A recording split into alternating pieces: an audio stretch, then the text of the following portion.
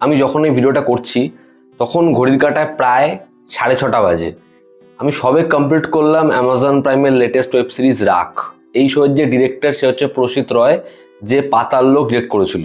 তো কেমন হলো এই শোটা আমি তোমাদের এক লাইনে বলছি, যদি তুমি একটা বেস্ট ক্রাইম ড্রামা দেখতে চাও তাহলে এই শোটা দেখো। তুমি যদি পাতাল লোকের মতো কিছু দেখতে চাও এই শোটা দেখো। এই শোটা হচ্ছে রাঙ্গা বিল্লার যে গল্প সেটা অবলম্বন করে বানানো, এবং এরকম একটা শো প্রসিত রয় বানিয়েছে, অ্যামাজন প্রাইম প্রডিউস করেছে। তুমি ভাবতে পারছো না কি লেভেলের এই শোটা তোমাকে হন্ট করবে। এই শোটা এমন একটা শো হয়েছে যে শোটা দেখলে তোমার গা শিউড়ে উঠবে, তুমি রীতিমতো একটা ভয়ে থাকবে, এবং শোয়ের যে এন্ড পয়েন্ট, যে ক্ষোভটা আলি ফ্যাজালের হয়েছে সেটা তোমার হবে। মানে আমার সাথে এটা খুব কম হয় যে আমি প্রোটাগনিস্টের জন্য চিয়ার আপ করি যে মা রেখে, এটা আমার সাথে বহুদিন পর হলো একটা সিরিজ দেখার সময়। এই শোটা তোমাকে ভেতর থেকে নাড়িয়ে দেবে। গল্পটা মৃত্যু করে বলছি, দুটো বাচ্চা ছেলে মেয়ে যারা পার্টিকুলার একটা জায়গায় যেত, একটা রেডিও স্টেশনে, তারা গায়েব হয়ে যায়। এবার এই দুটো ছেলে মেয়ে এরা কোথায়? দুজন রাঙ্গা বিল্লা, যাদের নাম এখানে করা হয়েছে বাবু রাজ্য, তারা 7 দিন আগে থেকে কিভাবে এই শহরে ছিল, তারা কি করছিল, নন লিনিয়ার ওয়েতে গল্পটা এগোচ্ছে। এখানে যে পুলিশ অফিসার যে ইনভেস্টিগেট করছে, আলি ফ্যাজালের যে ক্যারেক্টার, সে কেসটা পাচ্ছে এবং তার এই ইনভেস্টিগেশনের থ্রু কি কি দেখা যাচ্ছে, এই নিয়েই হচ্ছে এই শোটা। আছে টোটাল 8 এপিসোড, প্রত্যেকটা এপিসোড ডিউরেশন মোটামুটি 35 থেকে 45 মিনিটের মধ্যে। তোর একটা বড় শো, 5-5.5 ঘন্টা লাগবে তোমার এই শোটা কমপ্লিট করতে। সিরিজের পজিটিভ দিক এবং পজিটিভ দিক, আমার কাছে এই শোয়ের জন্য হিসাব মতো কোনো নেগেটিভ দিক নেই।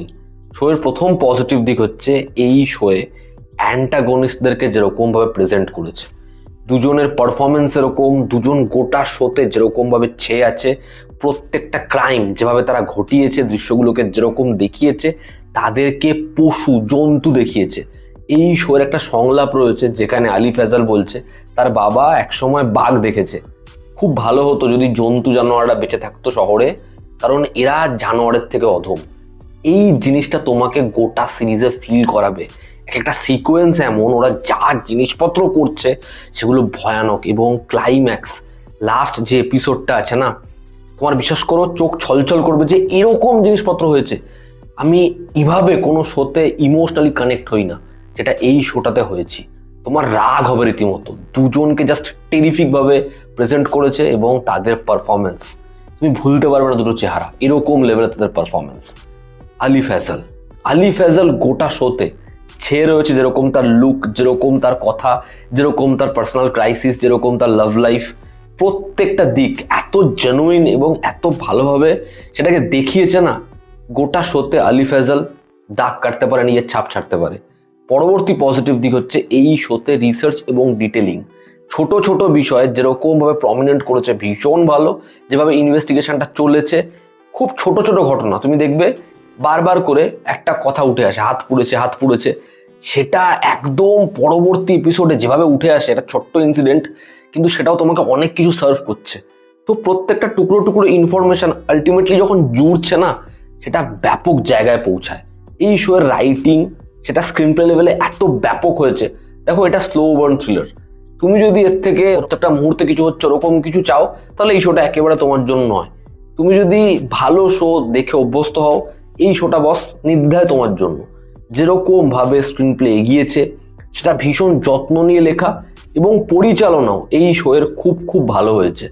তুমি দেখবে প্রত্যেকটা এপিসোডে জোর করে কিন্তু ক্লিফ হ্যাঙ্গার ঢোকানো নেই, কিন্তু তুমি অলরেডি এই শোটার পার্ট, এই শোটায় জুড়ে গেছো। একটা এপিসোড রয়েছে রাহু কেতু, আর গোটা শোতে এই দুজন যেভাবে আসে কুম্ভ নিকুম্ভের মতো বা রাহু কেতুর মতো, তুমি খালি দেখবে কিভাবে ক্যারেক্টার আর্ক লেখা হয়েছে, সেটাকে কিভাবে ফুটিয়ে তোলা হয়েছে, সেটা ব্যাপক জাস্ট। তো লেখনী শোয়ের ভীষণ ভীষণ ভালো। একদম শোটা শেষ হওয়ার পরে একটা পোর্শন রয়েছে, এটা হচ্ছে ফ্যান্টম। এটা হতে পারতো, ওটা ভীষণভাবে ইমোশনাল করে দেয়। এখানে বাবা মায়ের চরিত্র, মানে সোনালী বিন্দ্রে বহুদিন পর কাজ করেছে। তুমি না, বাবা মায়ের যে দিকটা সেটা কিন্তু অনেকটা পোর্শনে গল্প থেকে গায়েব, কিন্তু যখন সিকোয়েন্সগুলো আসছে পার্টিকুলার মোমেন্টসে, যে মা ওই বক্সটা পাচ্ছে যখন ঝড় বৃষ্টির রাত, বা বাবা একটা পার্কে গিয়ে বড় ছেলের সাথে ওই ইয়েটা পড়ছে, ওই জায়গাগুলো তুমি দেখবে না, মানে তোমাকে হন্ট করবে ওই সিকোয়েন্সগুলো, এরকম ভাবে ওগুলোকে দেখিয়েছে। তো মোমেন্টস শোর ব্যাপক, ইমোশনালি হোক, সেটা তোমাকে রাগ ধরাচ্ছে, দগদগে রগরগে এরকম একটা সিকোয়েন্সেস দেখাচ্ছে, ভীষণ ভীষণ রস ওটা। এবং আমি বললাম কিরকম ইনফরমেশন রয়েছে। দেখো এই শো এর মেকিং সেটা ভীষণ ভালো। বৃষ্টিটাকে যেরকম বা ব্যবহার করেছে, একটা সিকোয়েন্স রয়েছে সিনেমা হল থেকে ওরা পালাবে, সিঁড়িতে একটা ক্যারেক্টারকে মেরে হ্যাঁচড়াতে হ্যাঁচড়াতে নামবে, তুমি শটটা দেখবে ধরে রেখেছে, তার পিঠের ওপর থেকে লাথি মেরে পালাচ্ছে, পুরো সিকোয়েন্সগুলোকে ধরেছে।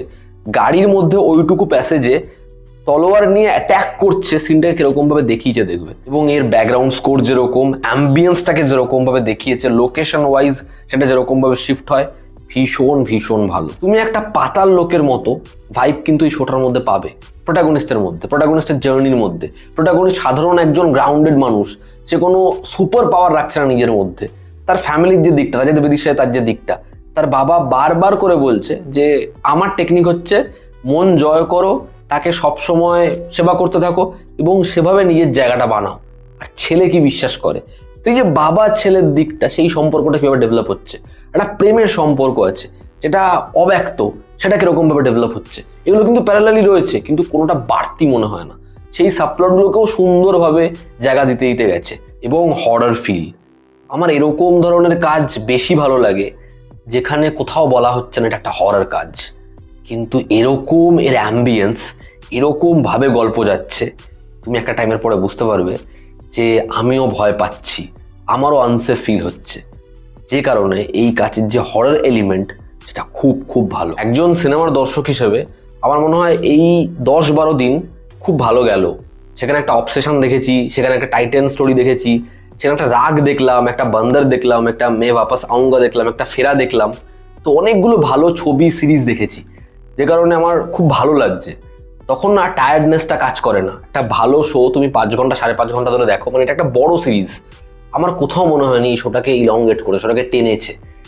এরকম শো 10টা এপিসোডের হলেও দেখে নিতে ইচ্ছা করে আমার, কিন্তু কখনোই এই শোটাকে স্লো, শোটাকে টানছে একবারের জন্য মনে হয়নি। তো ওভারঅল রাখ, আমার মনে হয় এটা একটা মাস্ট ওয়াচ। তোমরা দেখো, এই শোটা তোমাদের ভালো লাগতে চলেছে ভীষণভাবে, এবং এই শোটা নিয়ে চর্চা হবে, এই শোটা নিয়ে কথা হবে। তোমাদের কি অপিনিয়ন, যারা অলরেডি দেখে ফেলেছো অবশ্যই জানিও। জনতা আমাদের পাশে আছে। আবার দেখা হচ্ছে, love you all, step by, take care.